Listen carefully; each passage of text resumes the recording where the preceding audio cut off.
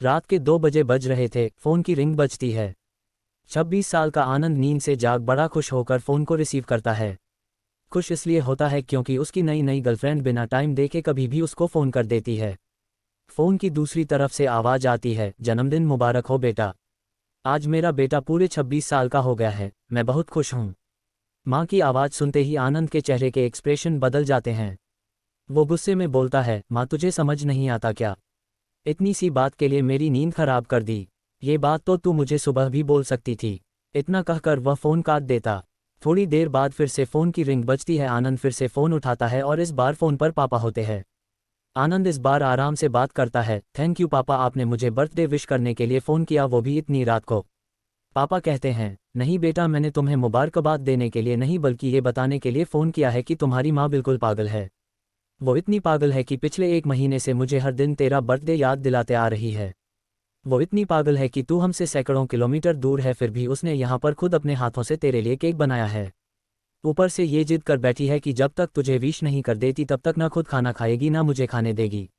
आनंद सब ध्यान से सुन रहा था और उसे ये महसूस भी हो रहा था कि उसने अपनी माँ को फॉर ग्रांटेड ले लिया था।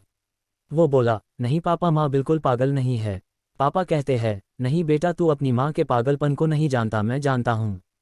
वह तो 26 साल पहले ही पागल हो गई थी जब डॉक्टर ने उसे कहा था या तो हम बच्चे को बचा सकते हैं या आपको। उसने बिना एक सेकंड भी सोचे बच्चे को बचाने का फैसला ले लिया और मुझे भी कसम देकर उस फॉर्म पर साइन करने के लिए मना लिया था जिस पर लिखा था उसकी ज़िंदगी इस ऑपरेशन से खतरे में, और अगर उसे कुछ होता है तो उसके जिम्मेदार डॉक्टर नहीं होंगे। अब तू ही बता, बिना तुझे देखे जो औरत तेरे लिए मरने को तैयार हो जाए, उसे हम पागल नहीं कहेंगे तो क्या कहेंगे? इतना कहकर पापा ने भी फ़ोन रख दिया। आनंद ने भी अब यह महसूस किया था कि वह जो कर रहा था वो भूल नहीं, गुनाह था। हाँ, एक बार किसी इंसान को दुख दो तो कोई बात नहीं, लेकिन भगवान को दुख देना गुनाह ही होता है। और माँ भगवान से कम नहीं होती। पश्चाताप के आंसू उसकी आंखों से बह निकले। सवेरा होते ही आनंद अपने घर की ओर रवाना हो गया अपने माँ बाप से माफ़ी मांगने के लिए।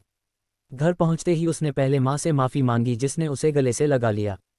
फिर वह अपने पापा से माफ़ी मांगने लगा। पापा ने कहा, कोई बात नहीं बेटा, जा तू वापस चला जा। तेरी माँ हमेशा कहती थी कि तू उसे बुढ़ापे में संभालेगा, लेकिन मैं उसे समझा दूंगा। जैसे आज तक मैं उसे संभालते आया हूँ वैसे ही आगे भी मैं उसका ख्याल रखूंगा। उसे भी यह समझ लेना चाहिए, जो बेटा उसके एक फ़ोन करने से परेशान हो जाए वह उसे उम्र भर क्या संभालेगा। बाप की ऐसी कड़वी बातें सुन आनंद की आंखें बहने लगी। वो सर झुकाए अपने बाप के सामने चुपचाप खड़ा रहा। अपने बेटे को परेशान देख माँ आगे आती है और पापा को कहती है, जाने दीजिए, माफ़ कर दीजिए, हमारा ही बेटा है। माँ की ममता का मोल ना कोई लगा पाया था ना कोई लगा पाएगा। 9 महीने प्रसव की पीड़ा सहन करके हमें नई जिंदगी, नई दुनिया में लाने वाले माँ ही हमारी हर गलती को माफ़ कर सकती है।